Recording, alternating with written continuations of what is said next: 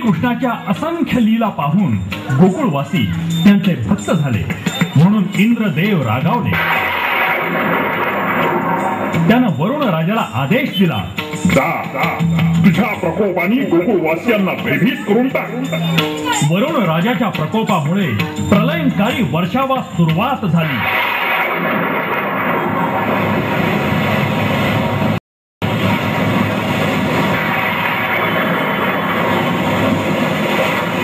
गोकुळवासी सैला वैला होऊ लागले.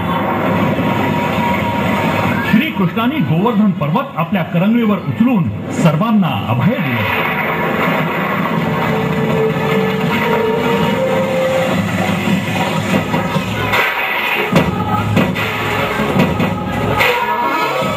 आता मुख्य संकटाचं हरण करायचं होतं आणि ते म्हणजे कंसाचं. श्रीकृष्ण बलराम कंस नगरीमध्ये दाखल झाले आणि तो कंसाला म्हणाला, हे उन्मत्त कंसा, नराधम कंसा, मी तुला मुष्टियुद्धाचे आव्हान देत आहे.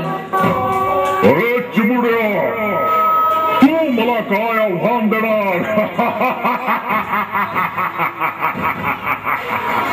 वंदना करू नकोस कंसा. संपूर्ण ब्रह्मांड माझ्या नावानं थरथर कापत असत.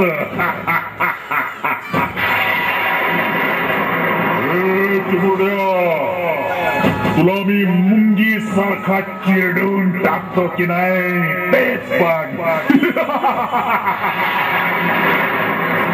कंस आणि श्रीकृष्णाचं घमासाम युद्ध सुरू झालं.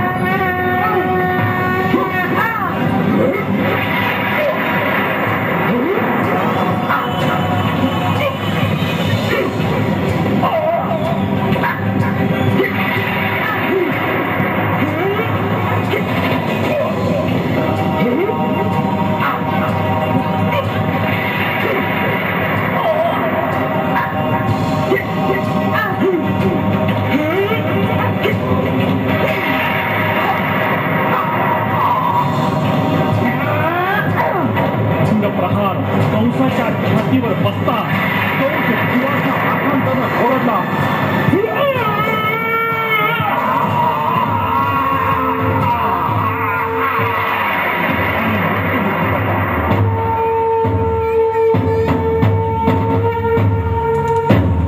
गणेश भक्तांनो, आज या कंसाचे अनेक अवतार जन्माला आलेले आहेत. अतिरेकी कंस, भ्रष्टाचारी कंस, महागाई कंस. चला कृष्ण व्हा आणि निर्दालन करा या विघातक वृत्तींचं. जय श्रीकृष्ण, जय गोपाल कृष्ण. मंडळाचे अध्यक्ष, कार्यसम्राट नगरसेवक माननीय श्री विष्णू अप्पा नारायणराव हरिहर, या वर्गणीदारांचे आणि हितचिंतकांचे सदैव ऋणी राहील. धन्यवाद.